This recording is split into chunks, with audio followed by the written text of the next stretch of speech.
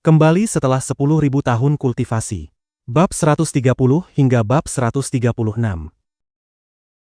Bab 130. Latihan mendekati rawa besar. Perisai Fajra Purba, lindungi aku. Serangan Jiang Tian datang terlalu mendadak dan licik. Mo Haoxiong bahkan tidak sempat menghindar. Sambil menggertakkan gigi, ia hanya bisa mengutuk dalam hati lalu menghentakkan kedua kakinya ke tanah. Boom! Wajahnya langsung memerah. Kedua kakinya tenggelam jauh ke dalam lantai marmer.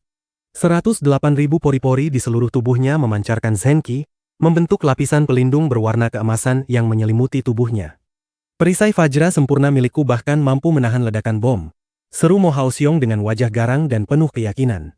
Inilah ranah legendaris, tahap pemurnian Qi. Semua orang yang hadir tercengang kagum.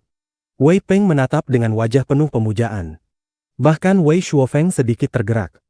Dalam dunia bela diri, cultivation level seperti ini sudah sebanding dengan seorang Master of Arts biasa. Sampah! Kau bahkan tak sanggup menahan satu pukulan pun. Jiang Tian mencibir dingin. Tangan kanannya terus menekan tanpa ampun.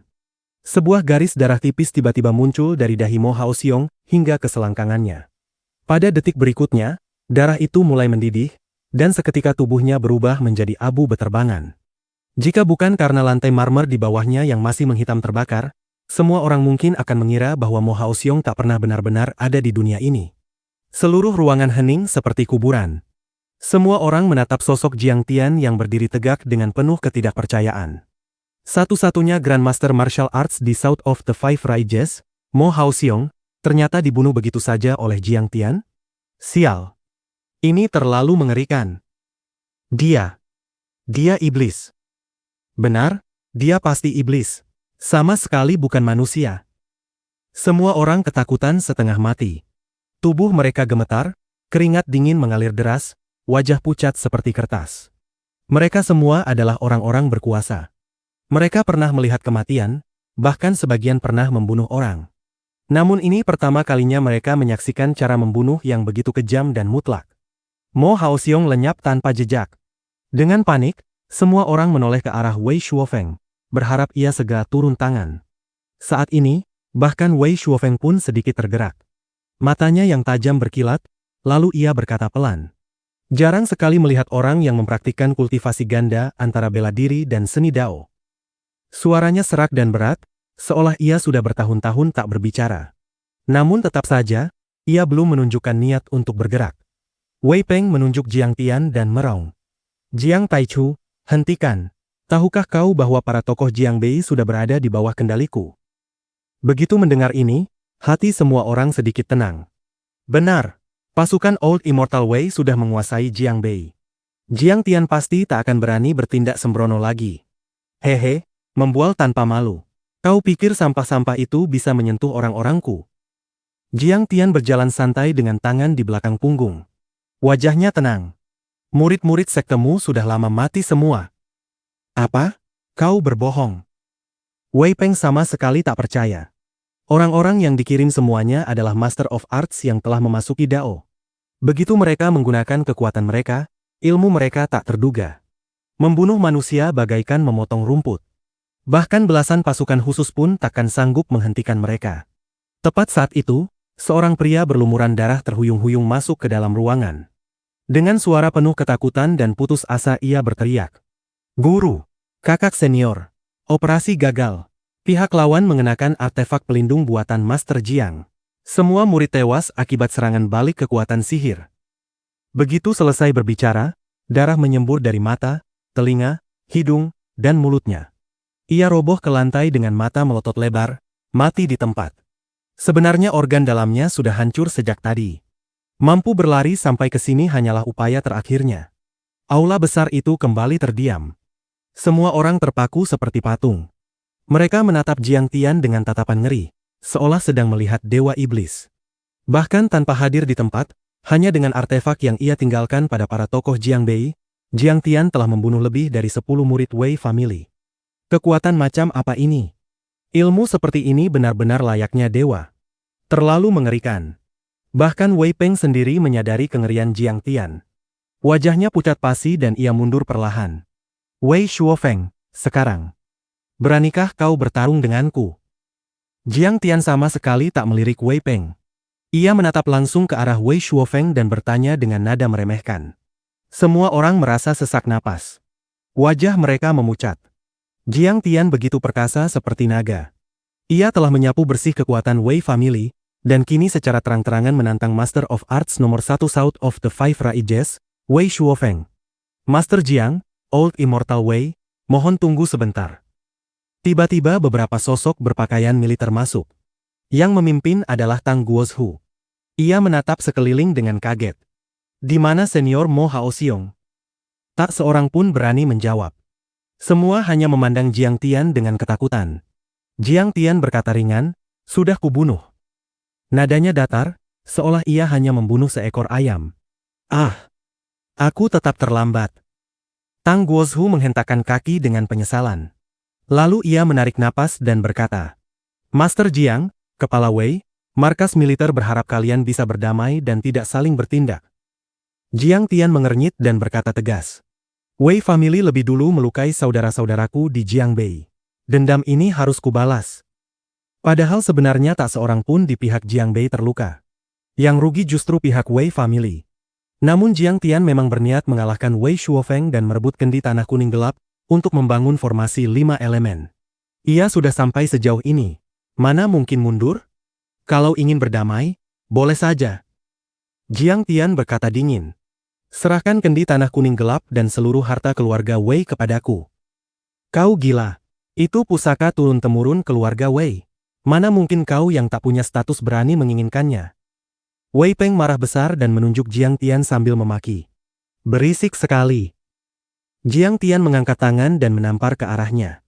Tanpa mantra, tanpa segel tangan, hanya tamparan ringan seolah mengusir lalat. Namun Wei Peng langsung merasakan energi langit dan bumi bergejolak. Seluruh tubuhnya seakan dihimpit gunung. Dengan panik ia membentuk segel tangan dan berteriak. Perisai gunung. Teknik pertahanan tertinggi Wei Family pun terbentuk. Energi alam berkumpul menjadi dinding pelindung yang sangat kokoh. Namun, di hadapan tamparan Jiang Tian, perisai itu hancur seperti kertas. Tubuh Wei Peng terhempas ke dinding. Darah menyembur dari 7 lubang wajahnya. Ia jatuh perlahan seperti kain lep. Bahkan Tuan Muda Wei tak sanggup menahan satu tamparan Master Jiang. Semua orang semakin ketakutan. Mereka hanya bisa menunduk dan diam, tak berani bersuara sedikit pun. Bicaralah, orang tua. Anak kecil tak usah ikut campur. Jiang Tian bahkan tak melirik Wei Peng yang terkapar. Ia menatap Wei Shuofeng dan berkata santai. Elder Wei, jarang sekali ahli selevel kita bertemu. Bagaimana kalau kita bertanding sedikit? Oh, Wei Shuofeng menatap Jiang Tian dan tersenyum tipis. Hari ini kita bertaruh. Jika aku menang, seluruh harta Wei Family dan kendi tanah kuning gelap menjadi milikku. Jika aku kalah, seluruh Jiangbei dan formasi pengumpul roh menjadi milikmu. Adil, bukan? Adil. Sangat adil. Wei Shuofeng mengangguk. Baik. Elder Tang dan semua yang hadir, jadilah saksi. Tang Guozhu menghela napas dan berkata, pemerintah tak akan mencampuri urusan seni Dao. Tapi menjadi saksi, aku masih bisa. Wei Shuofeng tiba-tiba bangkit. Sorot matanya berubah tajam. Aku sudah lama melihat tanda-tanda naga bangkit di Jiangbei. Tak kusangka kekuatanmu sebesar ini. 2 kilatan petir muncul dari matanya, melesat ke arah Jiang Tian. Jiang Tian tak gentar. Kesadaran ilahinya memancar dan menahan serangan itu. 2 kekuatan spiritual bertabrakan di udara, meledak menjadi percikan cahaya. Spiritual will yang bisa mempengaruhi kenyataan. Luar biasa. Para Master of Arts terperangah. Dalam 10.000 tahun perjalananku, kau orang pertama yang mampu mencapai level spiritual seperti ini, ujar Jiang Tian pelan. Kau juga sangat kuat, jawab Wei Shuofeng dengan wajah serius. Ia berdiri, lalu tiba-tiba melesat keluar seperti misil. Dalam sekejap ia sudah berdiri di atas laut, ratusan meter jauhnya. Hujan deras turun. Petir menari di langit. Ombak besar bergulung. Namun Wei Shuofeng berdiri tegak di atas ombak, seperti dewa yang menguasai lautan. Suaranya menggema sampai ke villa. Orang kuat zaman kuno suka bertarung di puncak gunung dan lautan luas. Daripada merusak tempat ini, bagaimana kalau kita bertarung di atas ribuan gelombang laut? Di sanalah semangat sejati seorang kultivator akan terlihat. Bab 131, Perang Besar. Sesuai keinginanmu. Jiang Tian mendengus dingin. Tubuhnya berkelebat, melesat seperti anak panah, lalu mendarat dengan ringan di permukaan laut. Seni Dao Wei Shuofeng telah mencapai puncak ranah Tongsuan, hanya selangkah lagi menuju Dao Badi. Di masa lalu, ketika Jiang Tian menyapu seluruh alam semesta dan membantai tak terhitung planet, ia tentu memahami prinsip membunuh demi merebut harta.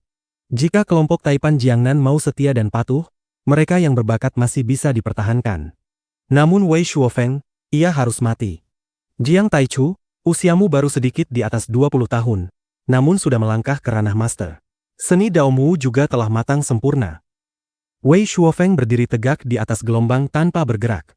Rambutnya berkibar tertiup angin, lengan bajunya melayang-layang, seperti seorang immortal sejati. Dulu, ada juga orang yang sama berbakatnya denganmu. Dengan kekuatannya sendiri ia menaklukkan seluruh Cina, membuat semua tunduk padanya. Di masa depan ia bahkan mungkin melangkah ke tahap ilahi dan memupuk Dao Badi. Jika ku beri kau 10 tahun lagi, bakatmu mungkin akan setara dengannya. Sayang sekali, kau justru bertemu denganku sekarang.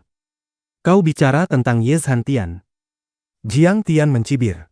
Vital spiritnya beriak, jubah putihnya basah oleh hujan, namun wajahnya penuh ejekan. Aku benar-benar tidak mengerti mengapa kalian semua memuja manusia biasa itu seperti dewa. Hanya seekor semut belaka. Di masa depan, aku bisa menebasnya seperti memotong rumput atau menyembelih anjing. Betapa sombongnya. Untuk pertama kalinya, kemarahan muncul di wajah Wei Shuofeng. Baiklah, hari ini akan kubuat kau mengerti apa arti sesungguhnya dari pepatah, di atas langit masih ada langit. Ia mengangkat tangan. Energi langit dan bumi seketika bergejolak hebat. Ombak di bawah kakinya mendadak terangkat lebih dari 10 meter. Membentuk pusaran raksasa dengan radius puluhan meter. Beberapa yard di kejauhan berguncang keras, hampir terbalik. Ombak itu, di bawah kendali kekuatan F alinya, berubah menjadi seekor naga air sepanjang 10 meter, hidup dan nyata, berkilau jernih seperti makhluk sungguhan. Luar biasa kuat. Dengan situasi seperti ini, bahkan Jiang Taichu pasti tak sanggup menahannya. Old Immortal Wei memang layak disebut immortal. Seni daonya bagaikan makhluk abadi sejati. Selama ada Old Immortal Wei, Jiangnan kita akan tetap aman. Orang-orang di dalam villa memandang pemandangan itu dengan mata terbelalak, lalu hati mereka dipenuhi kepercayaan diri dan kegembiraan, seolah Jiang Tian sudah pasti akan mati. Tak kusangka kau menguasai begitu banyak metode. Bukan hanya energi tanah, bahkan energi air pun bisa kau kendalikan. Jiang Tian menghela napas pelan, lalu menggerakkan jarinya. Ci! Sebuah bilah ki api iblis, setipis sayap jangkrik namun sangat padat dan tajam, memanjang lebih dari 10 meter, lalu menebas lurus ke arah naga air itu. Cahaya hijau membara melesat seperti kilatan lotus api. Dengan sudut mustahil, bilah itu menebas tepat di leher naga air. Boom! Naga air itu meledak hebat. Suaranya menggema lebih dari 10 li. Hujan beterbangan, ombak membumbung ke langit setinggi tiang raksasa. Gelombang kejut menyapu ke segala arah seperti badai tornado. Banyak kapal pesiar terguncang keras. Ujung pantai tempat pesta diadakan pun hampir hancur tersapu air laut dan angin. Penduduk di area villa gunung akustik Tait satu persatu terbangun oleh keributan dahsyat itu. Apakah ini kekuatan sejati seni Dao dan martial arts? Di dalam aula villa Wei Family, jendela-jendela pecah berantakan. Pecahan kaca beterbangan ke segala arah. Banyak penonton terluka oleh serpihan itu. Mereka tersungkur di tanah, gemetar ketakutan sambil menjerit. Di dalam kota Shape City, di atap gedung pencakar langit tertinggi. Hujan turun deras, angin menderu-deru. Sebuah helikopter perang dragon diguncang angin, baling-balingnya berputar ringan.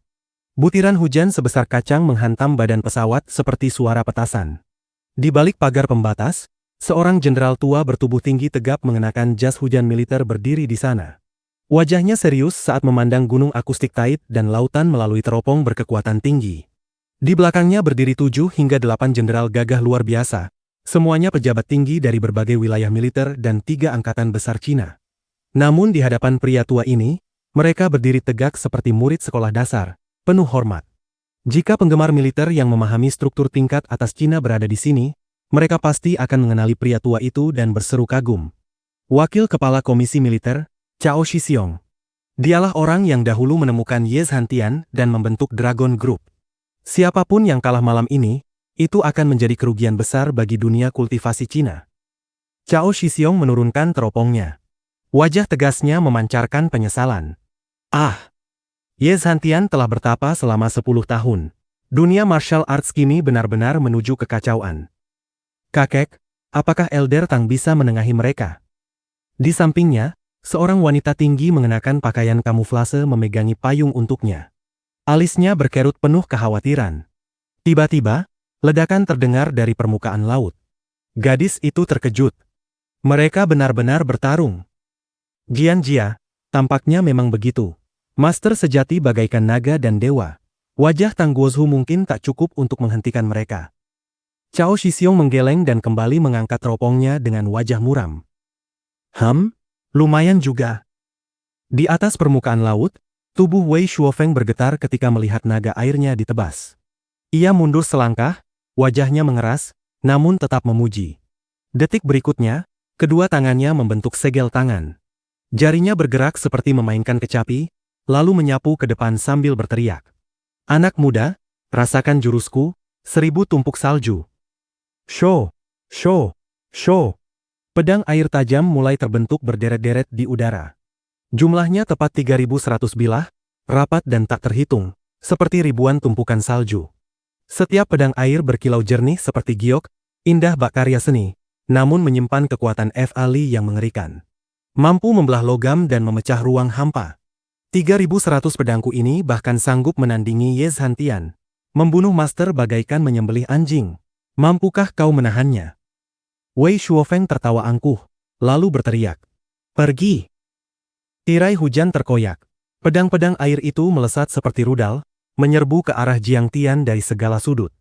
Gerakannya lincah, cepat seperti kilat. Suara desisnya menusuk telinga, bagaikan jeritan 10.000 roh.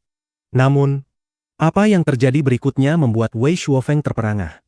Jiang Tian sama sekali tidak menghindar. Ia berdiri di sana tanpa pertahanan sedikit pun. Tetapi saat 3100 pedang itu mencapai jarak 3 meter darinya, semuanya berhenti mendadak. Melayang di udara, berputar keras namun tak bisa maju sejengkal pun.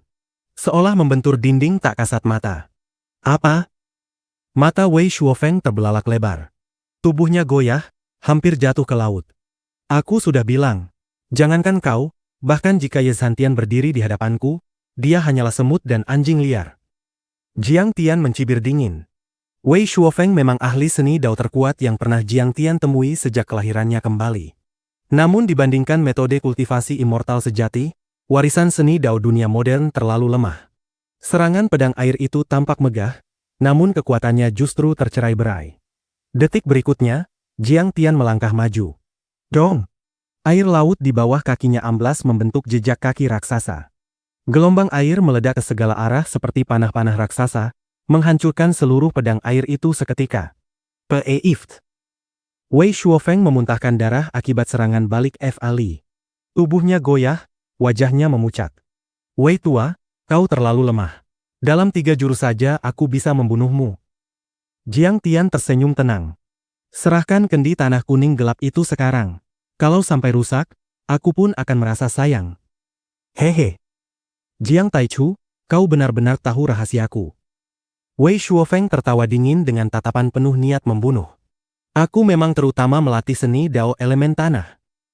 Kalau begitu, kau seharusnya tidak datang ke sini. Karena kau sudah datang. Biar kau rasakan kekuatan sejati dari kendi tanah Xuan Huang. Detik berikutnya, ia merentangkan kedua lengannya. Tubuhnya melesat ke langit seperti elang, membelah tirai hujan, lalu mendarat di puncak gunung Acoustic Tide. Bagus, aku sudah tak sabar.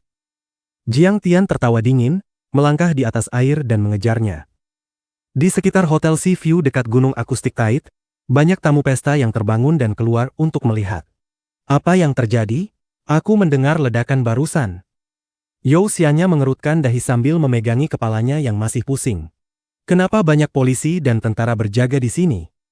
Memang terlihat ratusan polisi dan tentara membuat garis pembatas, menjaga area pantai dan gunung dengan senjata terhunus. Mungkin sedang syuting film, seseorang menebak. Tapi kalau syuting, tak mungkin pengamanannya sebesar ini. jawab seorang sutradara berpengalaman. Tiba-tiba, Yao Xianya menutup mulutnya terkejut. Orang itu, bukankah mirip Jiang Tian? Sosok di kejauhan tampak berjalan menuju gunung akustik Tait. Langkahnya pelan, namun setiap langkah menempuh lebih dari 10 meter. Pasti hanya film. Seseorang berkata yakin. Mana mungkin manusia biasa bisa melangkah sejauh itu?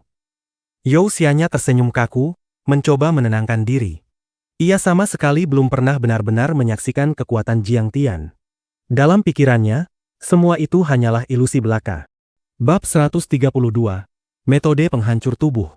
Ketika Jiang Tian tiba di kaki gunung, ia melihat Wei Shuofeng telah berdiri dengan angkuh di atas sebuah batu besar di puncak. Di tangannya tergenggam sebuah kendi tanah liat kuno, sementara tatapannya menunduk dingin ke arah Jiang Tian. Seolah sedang membelai pasangan hidupnya sendiri, Wei Shuofeng mengusap perlahan permukaan kendi itu.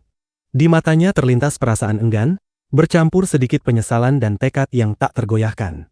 Ia menghela napas panjang dan berkata lirih, "Sahabat lama, terima kasih telah menemaniku selama ini." Detik berikutnya, ia mengangkat tangan dan melemparkan kendi itu ke udara.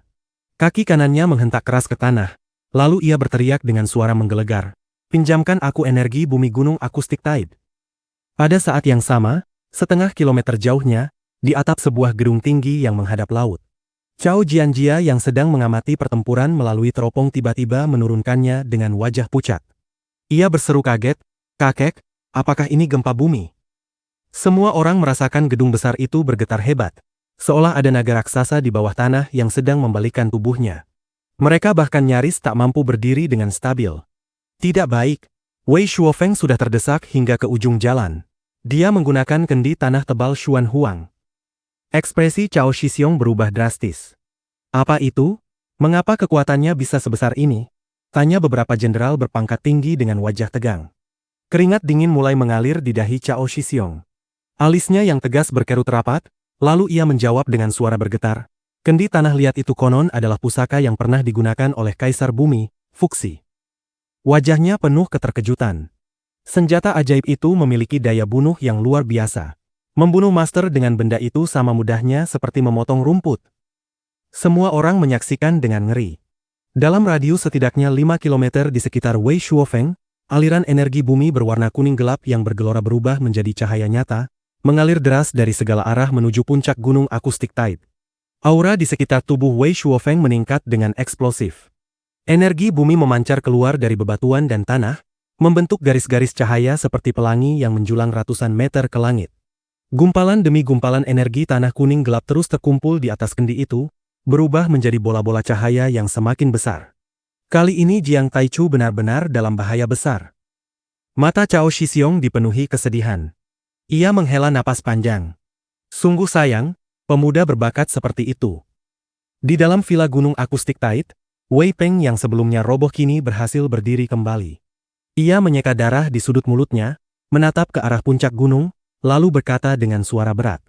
"Kendi tanah itu telah terukir pola dao kuno dan terhubung dengan urat nadi energi bumi. Selama puluhan tahun kakekku menjaga gunung akustik Tait, setiap hari ia menyempurnakan formasi dan memurnikan kendi ini. Kini benda itu telah menyatu sepenuhnya dengan pegunungan dan sungai di sekitarnya." Ekspresinya berubah kompleks. Sayangnya, kakekku tetaplah Master Tong Xuan. Ia belum mencapai tingkat Dao Badi. Karena itu, kendi ini hanya bisa diaktifkan satu kali. Matanya memerah. Dan jika terjadi serangan balik F. Ali, ia bahkan bisa hancur bersama teknik ini. Aku tak pernah menyangka Jiang Taichu akan sekuat itu, sampai memaksa kakekku mempertaruhkan nyawanya. Banyak orang kaya dan tokoh ternama di sekitarnya terdiam mendengar kata-kata itu. Sebagian bahkan terharu hingga hampir meneteskan air mata. Mereka menangkupkan tangan dan membungkuk hormat ke arah puncak gunung. Boom! Semua ini terjadi hanya dalam beberapa tarikan napas. Di atas kendi tanah itu, aliran energi bumi kuning gelap terus berkumpul hingga akhirnya membentuk seekor naga raksasa sepanjang lebih dari 10 meter. Naga itu tampak seolah nyata. Sisiknya berkilau keemasan, kokoh seperti terbuat dari logam suci yang tak bisa dihancurkan. Oh! Roh naga energi bumi membuka mata besarnya dengan murka. Kumis naganya bergoyang, cakarnya mengoyak udara. Raungannya mengguncang langit dan bumi, membuat gendang telinga semua orang bergetar sakit. "Jiang Taichu, Mari kita lihat bagaimana kau menahan energi bumi sejauh 5 kilometer ini. Wei Shuofeng berteriak lantang sambil merapal mantra. Aku memiliki satu hembusan ki kuning gelap, yang mampu menekan matahari, bulan, dan bintang. Ia menghentakkan kaki dengan keras hingga tanah retak beberapa inci. Wajahnya memucat akibat serangan balik F. Ali. Darah menetes dari sudut bibirnya seperti bunga plum yang jatuh ke dadanya. Di bawah kendalinya, naga energi bumi itu melesat seperti gunung runtuh, seperti puncak Taishan yang menindih langit, menerjang Jiang Tian dengan kekuatan mengerikan. Di dalam villa, semua orang yang menyaksikan adegan itu terdiam membatu. Energi bumi ini mungkin bahkan mampu menghancurkan tank baja. Ini bukan lagi sesuatu yang bisa dilawan dengan kekuatan kasar. Bai Chou Fei berseru penuh semangat. Dengan satu gerakan membentuk naga, metode Elder Wei benar-benar sudah melampaui manusia biasa. Ini jelas kekuatan immortal sejati. Banyak tokoh kaya sampai meneteskan air mata haru. Master Jiang dari Jiangbei, Hemp, sekuat apapun kau, kali ini kau pasti mati. Tatapan Tang Xiaoze menjadi dingin, giginya terkatup rapat. Hanya begini saja kemampuanmu, Wei Shuofeng. Rambut Jiang Tian berkibar tertiup angin. Matanya memancarkan cahaya dingin. Tiba-tiba, seolah menaiki tangga tak kasat mata, ia melangkah naik ke udara. 1 langkah, ia terangkat. 9 langkah, ia telah berada 9 meter di atas tanah. Pada saat itu, naga energi bumi telah menerjang tepat ke arahnya. Tak peduli seberapa banyak seni dao yang kau miliki, aku akan menghancurkannya dengan tubuhku sendiri. Jiang Tian tak gentar sedikit pun. Ia maju menerjang dengan satu pukulan sambil berteriak. Aku sudah bilang, kau hanyalah semut. Seekor semut seharusnya tahu diri. Diamlah di tanah, lalu mati dengan tenang. Boom! Tanpa menggunakan teknik immortal sedikit pun, Jiang Tian mengandalkan kekuatan fisiknya semata. Ia meninju langsung tubuh naga energi bumi itu. Bang! Gelombang ki meledak ke segala arah, menyapu radius puluhan meter. Langit dan laut menjadi kacau balau. Bunuh! Mata Jiang Tian berkilat merah seperti api iblis. Rambutnya berkibar seperti air terjun terbalik, seolah ia memiliki kekuatan menelan gunung dan sungai.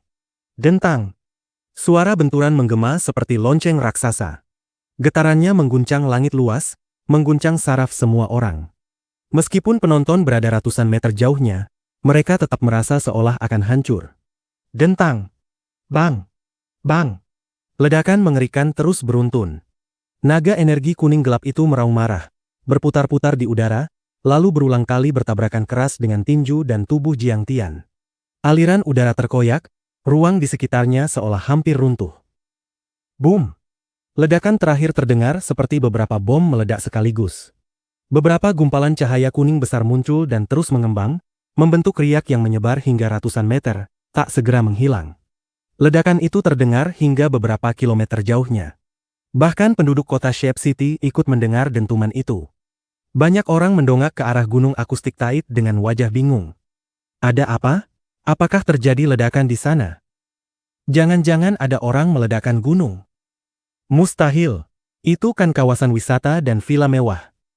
Barangkali Dewi Mazu sedang menunjukkan keajaiban. Berbagai spekulasi muncul di tengah masyarakat. Beberapa warga ingin mendekat untuk melihat, namun semuanya dihentikan oleh polisi. Namun bagi pejabat tinggi dan kalangan militer, mereka tahu jelas bahwa malam ini telah terjadi sebuah pertempuran besar yang mengguncang dunia. Pertempuran ini bukan hal sepele. Hasilnya akan menentukan struktur politik, bisnis, dan dunia bawah di seluruh South of the Five Rages untuk beberapa tahun ke depan. Bisa dikatakan, pertempuran ini menentukan nasib sebuah era. Master menang. Ketika suara ledakan mereda dan aliran udara perlahan hilang, Wei Peng bersorak gembira. Banyak tokoh kuat Jiangnan ikut tersenyum lega. Immortal Master Wei Shuofeng memang tak tertandingi. Bahkan jika ahli Divine Stage datang, mungkin ia pun bisa ditekan. Bagaimanapun juga, Jiang Taichu tetap hanya tubuh fana. Bagaimana mungkin menahan kekuatan urat nadi bumi? Tang Xiaoze dan yang lain akhirnya bisa bernapas lega. Namun, tiba-tiba ekspresi Wei Peng berubah drastis, seolah melihat hantu. Semua orang ikut menoleh dengan jantung berdebar. Di halaman villa, dari kabut putih yang perlahan menghilang, sebuah sosok tinggi perlahan turun dengan tenang. Di tangannya tergenggam kendi tanah tebal Xuan Huang. Wajahnya tenang dan tampan. Pakaiannya putih bersih tanpa noda sedikit pun. Sorot matanya memancarkan cahaya menakutkan. Bagaikan dewa yang baru turun ke dunia. Siapa lagi kalau bukan Jiang Tian? Dalam sekejap, seluruh area villa terdiam membeku. Tak ada suara apapun. Bahkan tarikan napas pun tak terdengar. Semua orang hanya menatap sosok itu dengan tatapan kosong, tak mampu percaya. Bukankah seharusnya Jiang Tian sudah mati? Mengapa ia justru turun gunung tanpa luka sedikit pun? Jiang Taichu. Kau belum mati? Bahkan merebut kendi itu. Tang Xiaoze gemetar hebat. Keringat dingin mengucur deras di tubuhnya. Di mana kakekku? Wei Peng maju selangkah dan berteriak marah. Jiang Tian menoleh sekilas. Dari dahinya melesat sebilah pedang kesadaran ilahi. Wei Peng langsung roboh. Darah mengalir dari 7 lubangnya. Tubuhnya mengejang beberapa saat, lalu tak bergerak lagi. Mati. Melihat itu, semua orang memucat ketakutan. Jika bahkan Wei Peng tewas hanya karena satu tatapan, bagaimana mungkin mereka bisa melawan? Red Leaf menarik napas dalam-dalam, lalu maju membungkuk hormat. Master Jiang. Mohon maaf. Namun karena Elder Wei pernah memberi kami banyak bimbingan, izinkan kami bertanya. Di mana beliau sekarang? Dia. Jiang Tian menjawab dengan nada acuh tak acuh. Sudah kubunuh dengan satu telapak tangan. Kalimat itu jatuh ringan seperti angin. Namun bagi semua orang yang mendengarnya, rasanya seperti petir menghantam langit. Bab 133. Tak seorang pun berani menentang tekanan Jiang Nan. Wei Shuofeng adalah seorang ahli seni dao yang telah matang. Ia bahkan telah mengeluarkan pusaka leluhurnya, menyerap energi bumi gunung akustik Tait, membentuk naga raksasa untuk menekan Jiang Tian. Bagaimana mungkin orang seperti itu bisa mati begitu saja? Namun, tak seorang pun berani mempertanyakan. Pertarungan di dunia teknik dao memang penuh perubahan tak terduga, sebuah pertarungan hidup dan mati yang sangat misterius. Karena Jiang Tian masih hidup, maka yang tewas tentu hanya bisa Wei Shuofeng. Yang tidak mereka ketahui adalah bahwa kendi tanah tebal Xuan Huang itu merupakan pusaka kuno. Menurut legenda, saat Kaisar Bumi Fuksi menggunakannya dahulu, benda itu mengandung Fali yang luar biasa besar dan hanya dapat diaktifkan sepenuhnya oleh seseorang yang telah mencapai tingkat Dao Badi. Sementara Wei Shuofeng hanyalah master tingkat Tong Xuan. Demi meraih kemenangan, ia memaksakan diri menggunakan harta karun itu. Akibatnya, begitu Jiang Tian menghancurkan naga energi kuning gelap dan mendekatinya, membunuhnya hanyalah perkara satu tamparan. Old Immortal Wei telah tewas. Mendengar kalimat itu, Su Wenjie, Tao Fang, dan yang lainnya tak sanggup lagi menahan diri. Mereka berlutut dan menangis keras. Walau Wei Shuofeng tidak memiliki hubungan guru, murid resmi dengan mereka, bimbingan yang ia berikan selama ini telah begitu besar, seperti utang budi setinggi gunung. Mendengar kabar kematiannya, pikiran mereka kosong. Seolah anak ayam yang kehilangan induk, tak lagi punya sandaran hidup. Aku mohon, Master Jiang, ampuni kami. Tiba-tiba, perwakilan Bai Family menjadi orang pertama yang tersadar. Ia menjatuhkan lututnya ke tanah, menundukkan kepala penuh hormat, dan memohon dengan suara gemetar. Kami hanya menghadiri jamuan untuk mencari artefak. Sama sekali tidak berniat memusuhi Master Jiang. Meski berusaha menenangkan diri, kedua kakinya yang terus gemetar dengan kejam mengkhianati ketakutan di hatinya. Kami bersedia tunduk. Mulai sekarang kami hanya menghormati Master Jiang. Apapun perintah Anda, kami takkan menolak. Seolah ketakutan itu menular, para kepala keluarga lain pun berebut berlutut. Mereka bersujud dan memohon ampun, takut jika sedetik terlambat saja Jiang Tian akan mengambil nyawa mereka. Kekuatan Jiang Tian terlalu mengerikan. Bahkan Wei Shuofeng yang memiliki pusaka warisan saja tewas di tangannya. Jika Jiang Tian ingin membunuh mereka semua, itu akan semudah memotong rumput. Terlebih lagi, seni dao berbeda dengan bela diri. Teknik membunuhnya misterius dan tak terduga, bahkan bisa membunuh orang dari jarak ratusan mil. Jika Jiang Tian ingin menghabisi mereka bahkan takkan tahu bagaimana caranya mati. Siapa yang tidak takut? Sebenarnya, sikap mereka terhadap Wei Shuofeng pun sama, menghormatinya karena kekuatan, dan takut padanya karena ancaman. Aku, Jiang Taichu, dalam hidupku memang telah membunuh tak terhitung banyaknya orang tanpa belas kasihan. Namun aku tetap tahu mana benar dan mana salah. Aku tidak akan membunuh orang yang tak bersalah dengan sembarangan. Jiang Tian mengangkat cangkir tehnya dengan santai, menatap semua orang dari atas, lalu berkata dengan nada datar. Aku menyerang Wei Family kali ini hanya untuk membalas dendam atas para tokoh Jiang Bei. Aku tahu kalian semua tidak ikut serta dalam operasi Wei Family. Masalah ini tidak ada hubungannya dengan kalian. Terima kasih, Master Jiang, karena telah mengampuni kami. Seperti mendapat pengampunan besar, semua orang kembali bersujud penuh syukur. Namun di dalam hati mereka tetap diliputi kesedihan. Mulai hari ini, Jiangnan tidak lagi memiliki Wei Family. Yang tersisa hanyalah kekosongan, seperti pasir yang tercerai-berai. Pada saat itu, Cao Shixiong telah tiba di lokasi. Melihat situasi ini, ia hanya mengangguk perlahan tanpa menunjukkan reaksi berlebihan. Setelah berkata demikian, tatapan Jiang Tian menyapu para praktisi seni Dao, Feng Shui, dan ilmu metafisika yang hadir. Hati semua orang seketika mencelos. Hampir semua dari mereka pernah menerima kebaikan Wei Family.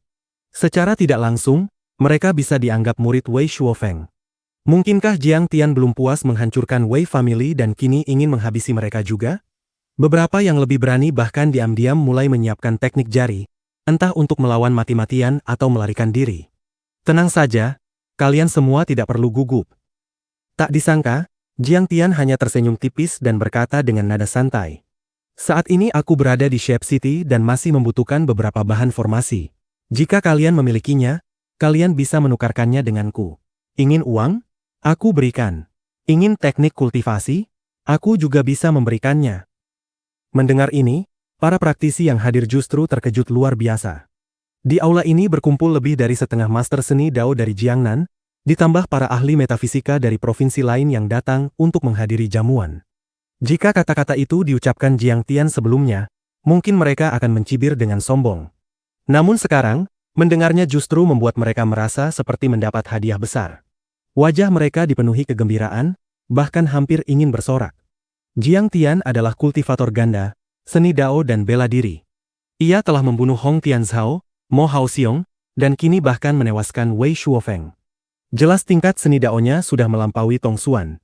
Siapapun bisa membayangkan bahwa teknik seni Dao, bela diri, dan alkimia milik Jiang Tian pasti berada pada tingkat yang tak terbayangkan. Apakah Master Jiang juga memahami ilmu formasi? Tiba-tiba Suwenjie tersadar dan bertanya dengan wajah penuh keterkejutan. Ilmu formasi adalah cabang paling sulit dalam seni Dao. Formasi menggunakan medan, logam, batu, air, kayu, serta elemen lainnya untuk menyusun kekuatan langit dan bumi, menciptakan efek membunuh, memperkuat, menyembuhkan, memanggil, menyegel, atau meningkatkan energi. Dalam legenda, Jiang Zia pernah menciptakan formasi 9 istana 8 trigram dan formasi 10 raja dunia bawah. Dengan itu ia membantai ratusan ribu pasukan Raja You pada pertempuran Muye.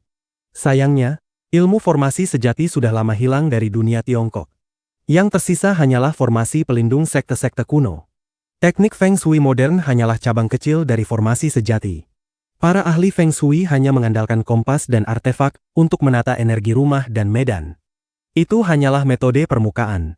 Formasi sejati seperti formasi debu dua unsur sekte Shushan atau formasi bintang besar Gunung Kunlun, kekuatan mereka mampu memanggil energi bintang dan ruang, bahkan menghancurkan master tingkat tinggi dalam satu serangan. Siapa yang tak ingin menguasai kekuatan semacam itu? Mendengar bahwa Jiang Tian menguasai ilmu formasi, bagaimana mungkin mereka tidak tergoda? Apa anehnya menguasai formasi? Jiang Tian tersenyum tipis. Jika kalian punya bahan yang memuaskanku, aku bahkan bisa mengajarkannya pada kalian. Bagi para praktisi seni Dao Tiongkok, ilmu formasi adalah warisan tertinggi yang tak ternilai. Namun di mata Jiang Tian yang pernah menjelajahi dunia kultivasi selama 10.000 tahun, itu hanyalah pengetahuan dasar. Mulai dari formasi pengumpul roh, formasi pembunuh, formasi pelindung gunung, hingga formasi bintang, setidaknya ada 8.000 jenis yang ia kuasai. Mengajarkan sebagian kecil saja kepada mereka sudah lebih dari cukup. Terlebih lagi, untuk membangun formasi pengumpul roh yang ia rencanakan, Jiang Tian memang membutuhkan tenaga ahli. Master Jiang sungguh berhati besar. Kami benar-benar kagum. Ini barulah sikap seorang master sejati. Semua orang benar-benar terharu dan bersyukur. Bahkan Redleaf, praktisi tertinggi di antara mereka, menatap Jiang Tian dengan penuh hormat. Jiang Tian mengangguk ringan, lalu tiba-tiba menoleh ke arah Tang Xiaoze yang berada di tengah kerumunan. Yang Master Tang, katanya sambil tersenyum, aku dengar istriku berutang puluhan juta padamu. Berikan nomor rekeningmu, akan kutransfer sekarang juga. Begitu mendengar namanya dipanggil, wajah Tang Xiaoze langsung pucat pasi. Dia masih belum mau melepaskanku. Melihat senyum Jiang Tian yang tampak tenang namun penuh makna, Tang Xiaoze merasa seperti disiram air es dari kepala hingga kaki. Ia benar-benar ketakutan setengah mati. Ia telah menyaksikan sendiri betapa mengerikannya Jiang Tian. Bahkan naga energi bumi Elder Wei pun dihancurkan dengan satu pukulan. Bagaimana mungkin dirinya bisa melawan orang seperti ini? Jangankan dirinya, bahkan ayahnya dan seluruh Tang family sekalipun bisa dibantai dengan mudah. Namun dirinya justru berani memikirkan istri Jiang Tian. Memikirkan itu saja sudah membuat jiwanya hampir melayang. Kaki Tang Xiaoze langsung lemas. Ia tak sanggup berdiri lagi dan berlutut sambil bersujud berulang kali. Master Jiang, obat-obatan itu adalah pil ajaib. Mana mungkin aku berani meminta uangnya kembali? Oh, jadi itu pil ajaib. Jiang Tian tertawa kecil. Kalau begitu, puluhan juta saja tentu tidak cukup, bukan? Bukankah harga pil ajaib jauh lebih mahal? Seketika arah angin berubah. Para praktisi seni Dao yang berharap mendapat ajaran formasi langsung berdiri di sisi Jiang Tian. Kalian para anak kaya bodoh ini benar-benar mencari mati. Master Jiang membunuh kalian semudah membunuh ayam, dan kalian masih berani menyinggungnya. Harus dihukum berat, bayar ganti rugi, patahkan kaki mereka agar jadi contoh. Melihat situasi ini, ayah Tang Xiaoze ketakutan setengah mati. Menyinggung Jiang Tian berarti menyinggung seluruh komunitas seni Dao. Ia segera ikut berlutut. Master Jiang, mohon ampuni anakku yang bodoh ini. Aku bersedia menyerahkan setengah harta Tang family demi menukar nyawanya. Hukuman mati bisa dimaafkan, tapi hukuman hidup tak bisa dihindari. Jiang Tian berkata datar. Gui Jiaoti, patahkan kedua kakinya agar dia ingat. Siap, Master. Tanpa ragu, Gui Jiaoti maju dan menghantam paha Tang Xiaoze 2 kali. Kerak, kerak. Suara tulang patah terdengar jelas. Tang Xiaoze menjerit menyayat hati sambil berguling-guling di lantai. Di samping, Cao Shixiong dan para pejabat tinggi hanya menonton dengan tenang. Inilah martabat seorang master besar. Dunia sekuler tidak berani ikut campur. Melihat pemandangan itu, Tiemin Emperor, Bai Chou Fei, dan para eldest yang master lainnya gemetar ketakutan. Tanpa perlu disuruh, mereka semua berlutut sambil memohon ampun. Master Jiang, ampuni kami. Kami buta dan tak tahu diri. Mulai sekarang kami akan patuh sepenuhnya pada Anda. Para orang tua mereka pun ikut berlutut memohon. Seluruh aula kini dipenuhi orang-orang berlutut. Di bawah tekanan Jiang Tian, tak seorang pun di Jiangnan berani menentang. Bab 134, Mengguncang Dunia. Lupakan saja. Semua aset kalian, aku, Jiang Taichu, bisa mendapatkannya dengan mudah kapanpun aku mau. Untuk sementara, biarkan saja tetap atas nama kalian. Jiang Tian melambaikan tangan dengan acuh tak acuh, tatapannya penuh keangkuhan. Total kekayaan orang-orang ini setidaknya mencapai 2 hingga 300 miliar. Jika setengahnya diberikan kepada Jiang Tian, itu berarti lebih dari 100 miliar. Namun Jiang Tian sama sekali tak perlu membuat perjanjian hibah atau kontrak apapun. Jika ia ingin mengambilnya, ia bisa mengambilnya kapan saja. Inilah kekuatan seorang kultivator. Baiklah, untuk saat ini cukup sampai di sini. Jika kalian memiliki bahan formasi, kirimkan saja ke hotel tempatku menginap. Setelah mengucapkan kata-kata itu, Jiang Tian mengangguk ringan ke arah Cao Shixiong, lalu membawa Gui Jiaoti dan pergi dengan langkah tenang. Keesokan harinya, perubahan besar terjadi pada Wei family. Bagaikan badai tingkat 18, kabar itu menyapu seluruh wilayah Tiongkok Selatan dan bahkan mengguncang dunia. Dalam sekejap, seluruh kalangan atas di Shape City membicarakan berita yang benar-benar mengejutkan ini. Wei family adalah keluarga terkuat di Jiangnan, berdiri kokoh selama ratusan tahun tanpa tergoyahkan. Namun kini, mereka runtuhannya dalam satu malam. Dampaknya sungguh luar biasa. Wei Shuofeng bertarung melawan seorang ahli misterius dan tewas di puncak gunung. Kaki Tang Xiaoze dipatahkan, dan Tang family harus menyerahkan lebih dari setengah asetnya demi menyelamatkan nyawanya. Kelompok Jiang Bei dan 5 keluarga besar South of the Five Rages bersatu mendukung Master Jiang, menjadikannya penguasa baru Jiangnan. Konsorsium Wei family diambil alih oleh kreditur misterius, semua anggota keluarga diusir dari kediaman mereka. Dikabarkan bahwa pihak resmi memberlakukan pembatasan informasi. Berita ini tidak muncul di media resmi manapun dan hanya beredar dari mulut ke mulut. Siapakah ahli misterius itu? Berapa usianya? Bagaimana penampilannya? Ia mengalahkan Old Immortal Wei hanya dalam semalam dan menguasai aset sebesar itu. Apakah ia akan langsung melonjak menjadi bangsawan baru di daftar orang kaya? Berbagai spekulasi bermunculan tanpa henti. Namun kalangan atas justru diliputi ketakutan. Semua orang merasa terancam. Konon militer sempat mencoba menengahi konflik ini, tetapi tetap tak mampu menghentikan Jiang Taichu. Artinya, orang ini benar-benar tidak bisa disentuh. Banyak keluarga kaya bahkan mulai saling menghubungi, menyiapkan hadiah berharga, berharap bisa memberi hormat kepada Master Jiang agar tidak dihancurkan dengan satu lambaian tangan. Bukan hanya kalangan bisnis, dunia bela diri Tiongkok juga langsung bergolak. Berita itu menyebar seperti api di padang rumput. Menguasai seni dao dan bela diri sekaligus, seorang diri meratakan Wei Family, bahkan membunuh Mo Haoxiong. Tampaknya benar-benar ada naga baru muncul di South of the Five Rages. Seorang naga sejati. Jika berkultivasi tetapi tidak mengenal Jiang Taichu, itu berarti sia-sia belajar bela diri. Para ahli bela diri yang memuja kekuatan memuji namanya tanpa henti. Di kapal pesiar laut lepas ia membunuh Raja Dunia Hitam Xing Shanhu, di Gunung Garuda ia menewaskan Grandmaster Hong Tianzhao, meratakan Hundred Medicine Valley, lalu kini Mo Haoxiong dan Wei Shuofeng.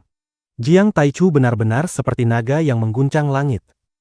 Seberapa jauh Jiang Taichu akan melangkah? Apakah tidak ada seorang pun yang mampu menahannya? Banyak praktisi bela diri mulai gemetar ketakutan. Dari mana asal Jiang Bei Jiang ini? Keluarga mana? Murid siapa? Mungkinkah murid Ye Zhantian? Tidak mungkin. Murid Ye Zhantian hampir semuanya berada di Dragon Group untuk menjaga ketertiban dunia bela diri. Mana mungkin ada yang sekejam dan sedominan ini? Banyak pihak mulai menyelidiki identitas Jiang Tian, berusaha menggali latar belakangnya. Jiang Taichu terlalu kuat dan terlalu menakutkan. Sepertinya hanya Wufo General Assembly yang bisa menekannya. Benar, kita tak mungkin membalas dendam dengan kekuatan sendiri. Mungkin hanya organisasi besar atau Grandmaster lama yang mampu mencari keadilan. Para sekte besar seperti Gansu Province, Golden Knife King of Luoyang, Tang Sek, dan Lingnan Moklan hanya bisa menghela napas dan menggeleng ketakutan. 2 hari kemudian, sekitar tengah hari, sebuah mobil Bugatti perlahan berhenti di depan pintu sebuah hotel mewah. Petugas valet bergegas membuka pintu. Seorang pemuda berwajah lembut dan sederhana turun dari kursi belakang. Si petugas sempat tertegun. Dalam hati ia bertanya-tanya, mungkinkah ini keturunan keluarga besar dari Red Wall Yanjing yang sedang turun gunung untuk mencari pengalaman? Mr. Jiang, apakah perlu kami mengantar Anda ke atas? Di belakang pemuda itu berdiri 2 orang. Seorang pria berjanggut panjang dan seorang lagi berkacamata bundar berbingkai kuningan. Mereka adalah Red Leaf dan Su Wenjie. Meski Jiang Tian telah mengusir seluruh anggota inti Wei Family, ia tetap membutuhkan orang untuk mengurus aset raksasa itu. Karena itu, orang-orang lama seperti Red Leaf dan Su Wenjie tetap dipertahankan. Bagi mereka, bekerja di bawah Jiang Tian justru merupakan kesempatan emas. Siapa tahu, di sela-sela tugas mereka bisa mendapatkan bimbingan langsung dari Master Jiang dan meningkatkan tingkat seni dao mereka. Tidak perlu, kalian bisa kembali dulu, kata Jiang Tian sambil menggeleng. Baik, Master. Nanti sore kami akan mengirimkan bahan formasi ke hotel. Keduanya membungkuk penuh hormat sebelum pergi. Begitu Jiang Tian masuk ke kamar hotel, Zhao Qianru langsung menarik lengannya. Kakak ipar, kamu kemana saja? Kami tidak melihatmu semalaman penuh. Malam sebelumnya hujan badai, kami ke kamarmu tapi kamu tidak ada. Kami hampir mati ketakutan. Jangan-jangan kamu malah pergi mendaki gunung saat badai? Canda Zhao Sueking. Ah, tidak ada apa-apa kok. Jiang Tian buru-buru mengangkat kedua tangan menyerah. Aku salah. Maafkan aku. Mulai hari ini aku akan menemani kalian sepenuhnya. Seandainya Red Leaf melihat pemandangan ini, mungkin matanya akan langsung terbelalak. Seorang Master Jiang yang mampu membantai Wei Shuofeng, justru kini meminta maaf seperti anak kecil di depan 2 gadis biasa. Selama 10.000 tahun hidup di dunia kultivasi, hati Jiang Tian telah ditempa sekeras baja. Namun hanya di depan Beloved Wife dan keluarganya lah ia bisa kembali menjadi dirinya yang hangat. Konfliknya dengan Wei Shuofeng sengaja ia sembunyikan dari Zhao Sueking dan Zhao Qianru agar mereka tidak khawatir. Namun tampaknya, justru karena itu mereka malah semakin cemas. Kamu sendiri yang bilang mau mengajak kami ke pesta kebahagiaan, tapi malah menghilang. Sekarang sudah hari terakhir, omel Zhao Qianru. Tanpa kehadiran Jiang Tian, bahkan Shen Mange tak berani membawa mereka keluar dari hotel. Kalau ingin pergi ke pesta itu, gampang saja. Kita berangkat sekarang. Jiang Tian tertawa, lalu langsung menelepon Tang Zhenye dari Tang Family. Aku ingin datang ke pesta kebahagiaan sebentar. Kosongkan area, jangan biarkan orang tak berkepentingan masuk. Dan jangan ikut mengiringi, istriku suka suasana tenang. Apa? Kosongkan area? Zhao Qianru terbelalak tak percaya. Itu pesta terbesar Shape City. Siapa yang bisa mengosongkannya begitu saja? Zhao Sueking juga buru-buru berkata, Jiang Tian, jangan bercanda. Kamu sudah membuat keributan besar waktu itu. Pergi lagi ke sana terlalu berbahaya. Tidak apa-apa, jawab Jiang Tian lembut. Suamimu yang sekarang sudah berbeda. Seluruh South of the Five Rajas kini berada di bawahku. Meski tahu Jiang Tian luar biasa, kedua gadis itu tetap sulit percaya bahwa ia bisa menguasai Jiangnan hanya dalam waktu sesingkat ini. Zhao Sueking berpikir sejenak lalu berkata, kalau begitu, ajak Shen Mange saja. Dia kan bisa menekan orang-orang Jiangnan. Baiklah. Jiang Tian hanya bisa tersenyum pasrah. Sementara itu, di rumah sakit rakyat pertama Shape City. Di luar ruang rawat VIP, Yao Xianya dan Level Fan berdiri dengan cemas. Mereka membawa 2 kantong besar suplemen mahal untuk menjenguk Tang Xiaoze.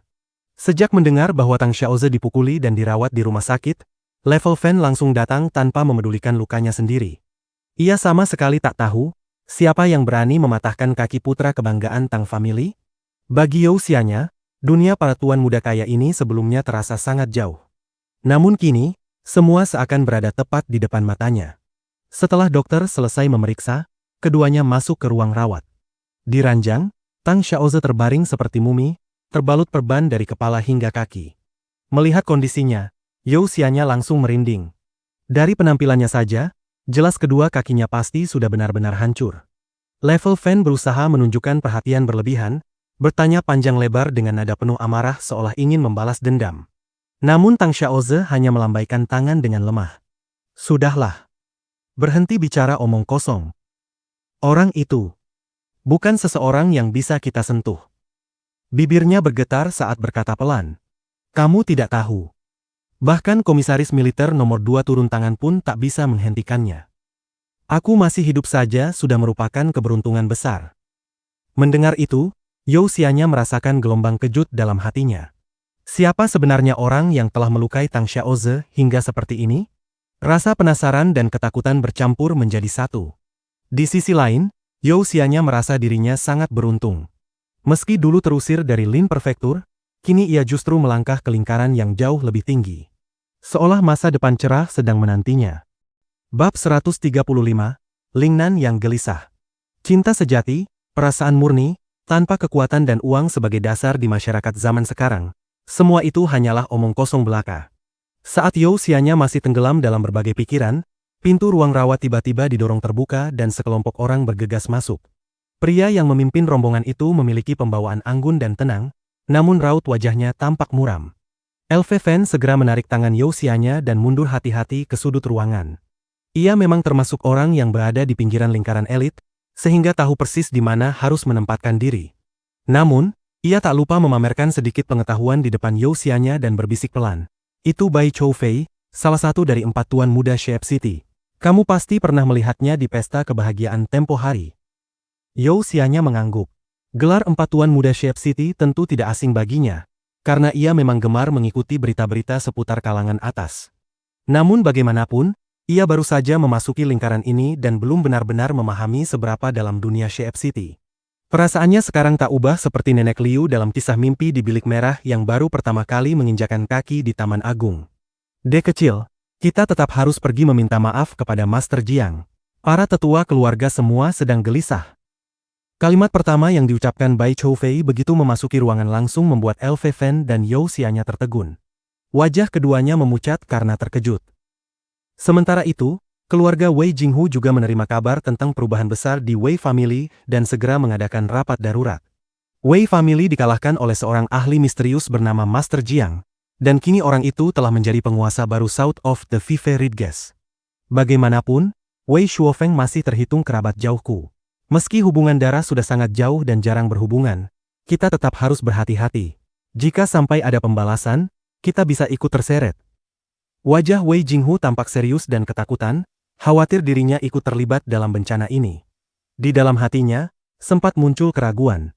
Beberapa waktu lalu Jiang Tian pernah menyarankan agar ia menjauh dari Wei Shuofeng, dan tak lama kemudian kabar kehancuran Wei family benar-benar terjadi. Namun pikiran itu segera ditepisnya. Bagaimana mungkin seorang lunatik seperti Jiang Tian bisa memiliki firasat sehebat itu? Apa yang perlu ditakutkan? Bukankah Tang family, Bai family, dan Iron family masih ada? Ujar Wei Jieqiong dengan nada tak puas. Jieqiong, jangan sembarangan bicara.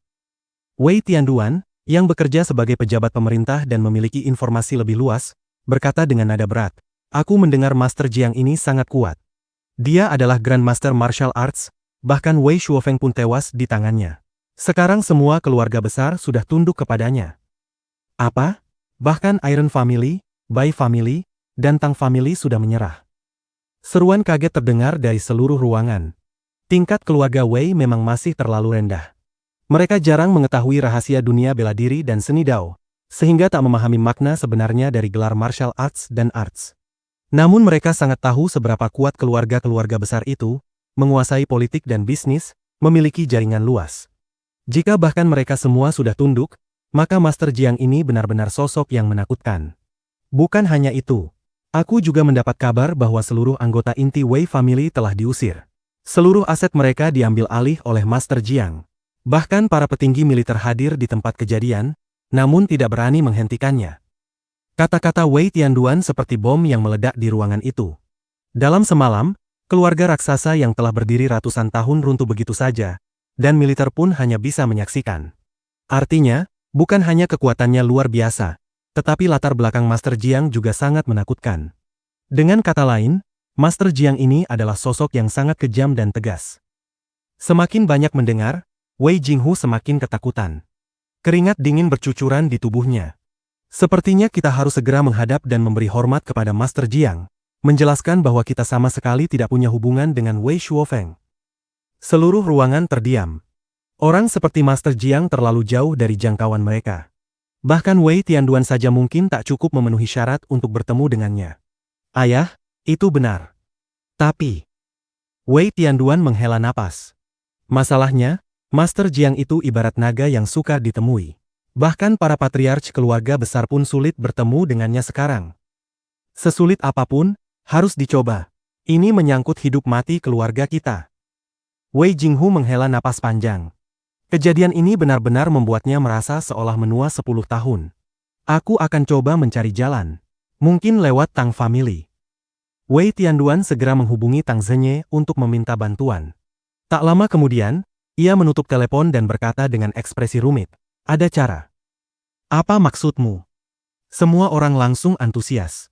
Tang family lord berkata, "Dengan level keluarga kita, sebenarnya kita bahkan tidak punya kualifikasi untuk bertemu langsung. Namun karena golf course Tidal Current adalah milik Tang family, kita bisa menyamar sebagai caddi dan pelayan untuk menyelinap masuk." Mendengar itu, perasaan seluruh anggota keluarga Wei bercampur aduk. Ternyata keluarga Wei yang selama ini merasa tinggi, kini bahkan tak memenuhi syarat untuk menemui Master Jiang. Hanya bisa masuk dengan menyamar sebagai pelayan. Sekarang kalian mengerti, seberapa jauhkah kita dari keluarga kelas atas yang sebenarnya? Wei Jinghu berkata dengan getir. "Ayah, jadi kita tetap pergi?" tanya Wei Tianduan. "Tentu saja pergi." Wei Jinghu berdiri dan berkata tegas, "Asal bisa bertemu Master Jiang dan melindungi keluarga kita, bahkan kalau harus menukar nyawaku pun aku rela." Tak lama kemudian, keluarga Wei berangkat menuju Acoustic Tide Mountain. Sepanjang perjalanan, mereka melihat bahwa area pesta kebahagiaan yang biasanya ramai kini benar-benar kosong. Menurut kabar di kalangan para eldest yang Master Jiang akan datang berkunjung, sehingga seluruh area telah dibersihkan. Master Jiang ini benar-benar luar biasa. Wei Jiehui berkata dengan nada masam, jauh lebih berwibawa daripada Tang Xiaoze. Dia benar-benar sosok paling hebat dalam 100 tahun terakhir di South of the Five Ridges. Wei Jieqiong menimpali sambil tertawa. "Kakak, berusahalah lebih keras. Siapa tahu suatu hari keluarga kita juga bisa melahirkan pemimpin setingkat City Hall." City Hall? Wei yang mencibir, kata orang, pejabat City Hall saja belum tentu punya kualifikasi bertemu Master Jiang, apalagi sampai jadi pengikutnya. Wei Jiehui hanya bisa tersenyum pahit. Mereka akhirnya tiba di lapangan golf, berganti pakaian menjadi caddi, petugas keamanan, dan petugas kebersihan, lalu diam-diam menunggu kedatangan Master Jiang. Tak lama kemudian, sekelompok tokoh besar lewat di depan mereka. Tang Zhenye, Bai Tianlei, Tai Yingjie. Hampir semua orang kaya beraset puluhan miliar di Shape City ada di sini. Wei yang berseru kaget. Namun mereka semua tampak tegang, lalu masuk ke sebuah rumah teh di samping lapangan. Red Leaf, apakah tidak apa-apa kita tidak menemani Master Jiang? Tanya seseorang dengan cemas. Master Jiang ingin bermain tenang bersama beloved wife-nya. Itu perintah langsung beliau, jawab Red Leaf santai. Bagaimana kalau ada masalah keamanan? Bodoh. Su Wenjie langsung memarahi. Dengan kekuatan Master Jiang, apa perlu pengawal? Para orang kaya itu hanya bisa mengangguk ketakutan. Di sisi lain, Jiang Tian sudah membawa Zhao Sueking, Zhao Qianru, Shen Mange, dan Gui Jiaoti menikmati berbagai fasilitas di pesta kebahagiaan. Mereka naik yacht, bermain jet ski, mengendarai mobil pantai, dan berjemur di tepi laut. Jiang Tian, kenapa tidak ada orang sama sekali di sini? Zhao Sueking akhirnya bertanya dengan heran. Pantai sepanjang beberapa kilometer benar-benar kosong tanpa satupun pengunjung. Haha, kamu masih tidak percaya? Jiang Tian menghela napas. Wakil ketua Tang Family yang menemani mereka berkata dengan hormat. 2 hari lalu, Master Jiang telah mengalahkan ahli nomor 1 Jiangnan. Kini seluruh Jiangnan menghormatinya sebagai penguasa tertinggi. Yacht yang tadi Anda naiki pun sekarang sudah berada atas nama Master Jiang. Kakak ipar, kamu luar biasa sekali. Seru Zhao Qianru dengan mata berbinar. Ia langsung melonjak, memeluk leher Jiang Tian dan bergelayut di tubuhnya dengan penuh kekaguman. Bab 136. Kalau begitu mari berkultivasi bersama. Apa-apaan ini? Aduh, hei, kamu sudah sebesar ini, bisa tidak sedikit lebih tenang? Jiang Tian menghela napas kesal, tetapi ia tidak benar-benar menanggapi pemujaan adik iparnya dengan serius. Di kehidupan sebelumnya, ketika ia menyapu jagat raya, ia telah membunuh entah berapa banyak raja abadi dan menguasai wilayah bintang seluas jutaan tahun cahaya. Jika sekarang ia bisa menembus tahap menengah atau akhir Ki Disciple, maka bahkan ahli Dao Badi sejati pun bisa ia bunuh. Mendorong seluruh Cina tanpa tandingan bukanlah hal mustahil. Kakak ipar, berikan yacht itu padaku. Zhao Qianru berkata sambil tersenyum lebar. Belum sempat Jiang Tian menjawab, wakil ketua langsung menyela dengan sigap. Itu mudah sekali. Nona boleh memilih yang mana saja. Anggap saja hadiah untuk Anda. Bagus, bagus. Keren sekali. Kalau begitu aku juga mau mobil sport yang di sana. Zhao Qianru segera berlari ke area pameran untuk memilih yacht dan mobil sport. Namun Zhao Sueking justru berdiri terpaku. Pikirannya bergejolak, ekspresinya sangat serius, dadanya naik turun dengan cepat, dan ia terdiam cukup lama tanpa bicara. Walaupun ia belum pernah menyaksikan langsung betapa menakutkannya Wei Shuofeng, ia jelas tahu seberapa kuat klan-klan besar seperti Tang Family, Iron Family, dan Bai Family. Dan jika Wei Shuofeng bisa menjadi pemimpin mereka semua, maka kemampuannya pasti tak perlu diragukan lagi. Setidaknya, ia jelas jauh lebih kuat daripada yang Guo Chang dari Mao Shan. Mengingat rumor yang beredar beberapa hari terakhir, Zhao Sueking bisa menebak secara kasar bahwa Jiang Tian pasti telah bertarung habis-habisan dengan Wei Shuofeng. Entah seberapa besar bahaya fisik dan mental yang telah Jiang Tian hadapi untuk bisa mengalahkan lawan seperti itu. Pertarungan dalam dunia arts jauh lebih berbahaya daripada pertarungan martial kultivator. Sedikit saja salah langkah, Jiang Tian mungkin sudah menjadi mayat. Jiang Tian, kenapa kamu harus bertarung dengan Wei Shuofeng? Tiba-tiba Zhao Sueking bertanya dengan suara bergetar. Apakah untuk memperebutkan kekuasaan? Atau karena Tang Xiaoze meminta Wei Shuofeng menyerangmu? Atau seperti yang kamu katakan, demi membuatku bangga? Melihat Zhao Sueking begitu emosional, Jiang Tian tertegun. Ia mengusap hidungnya dan berkata pelan, sedikit dari semuanya. Tapi kenapa kamu marah seperti ini? Jiang Tian, tahukah kamu? Air mata mulai menggenang di mata indah Zhao Sueking. Aku tidak membutuhkanmu memiliki kekayaan atau kekuasaan sebesar itu. Jika Tang Xiaoze ingin uang, kita kembalikan saja padanya. Kita sekarang sudah tidak kekurangan uang. Aku tidak ingin kamu mengacaukan dunia hanya demi diriku. Aku bersamamu bukan untuk mengejar kemuliaan.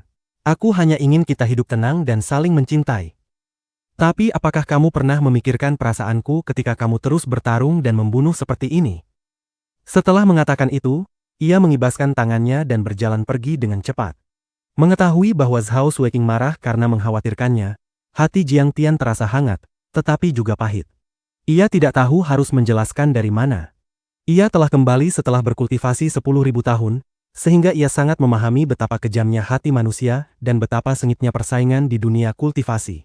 Sumber daya kultivasi terbatas, sementara keinginan manusia tak terbatas. Namun bagi Zhao Sueking, ia hanyalah seorang wanita biasa dengan pengalaman hidup sederhana. Mustahil baginya untuk langsung memahami semua itu. Jiang Tian segera menyusulnya, memeluk pinggang lembutnya dari belakang dan berkata lirih, "King Er, ini salahku. Mulai sekarang, sebelum bertindak aku akan selalu berdiskusi denganmu. HMTH, sekarang kamu sudah menjadi Master Jiang yang dihormati semua orang. Untuk apa berdiskusi dengan orang biasa sepertiku? Kamu bisa mendapatkan penghormatan dan pujian dari ribuan orang. Apa artinya kekhawatiranku yang kecil ini bagimu?" Zhao Sueking melepaskan pelukan Jiang Tian, menyeka air matanya, lalu berjalan menuju pantai dengan ekspresi dingin. "King Er, aku benar-benar minta maaf. Maafkan aku sekali ini saja." Jiang Tian menghela napas, wajahnya penuh rasa bersalah. Wakil ketua yang berdiri di samping benar-benar tercengang. Master Jiang yang begitu sakti, tetapi di depan istrinya justru tidak berani marah sama sekali. Ini benar-benar definisi suami takut istri. "SIS, bukankah kakak ipar baik-baik saja sekarang? Tidak terjadi apa-apa? Jangan marah lagi ya." Zhao Qianru juga ikut membujuk sambil memeluk lengan kakaknya. "Pergi sana. Kalau bukan karena kamu bersikeras datang ke pesta ini, mana mungkin semua ini terjadi?"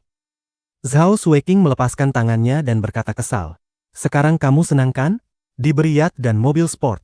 Tapi apakah kamu memikirkan seberapa besar bahaya yang kakak iparmu hadapi? Kenapa jadi seperti makan bubuk mesiu?" Zhao Qianru benar-benar tak tahu harus berkata apa. Melihat ekspresi Jiang Tian yang tidak terlalu baik, ia segera berkata, "Kakak ipar, jangan marah ya. Kakak cuma terlalu mengkhawatirkanmu." "Iya, aku mengerti." Jiang Tian mengangguk pelan, hatinya terasa rumit. Zhao Sueking duduk di tepi pantai, memeluk lututnya, memandangi ombak laut yang bergulung-gulung dengan tatapan sendu, seolah sedang memikirkan sesuatu yang sangat dalam.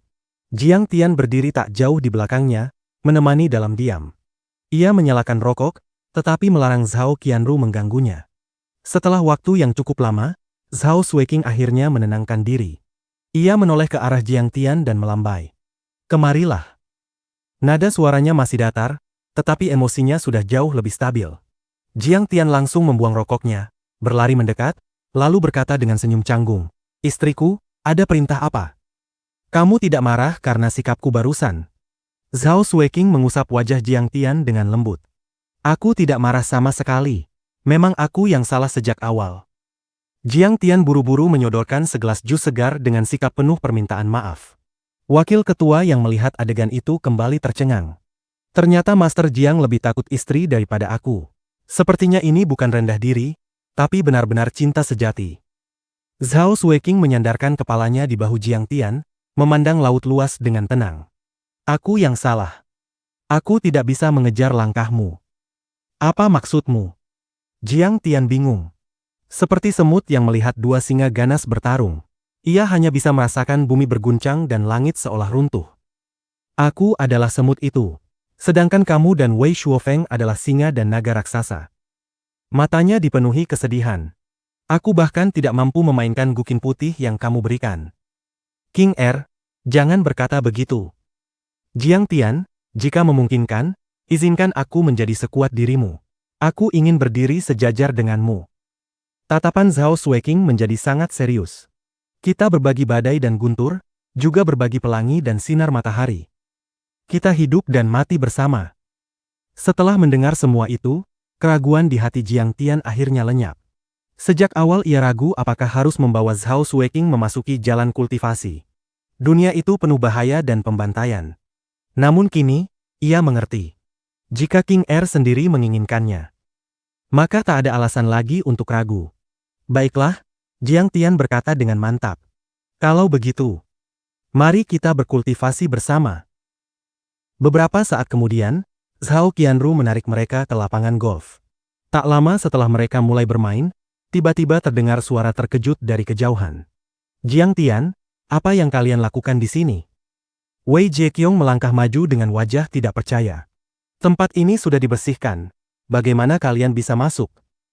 Zhao Qianru menatapnya sinis. Kenapa kami tidak boleh datang?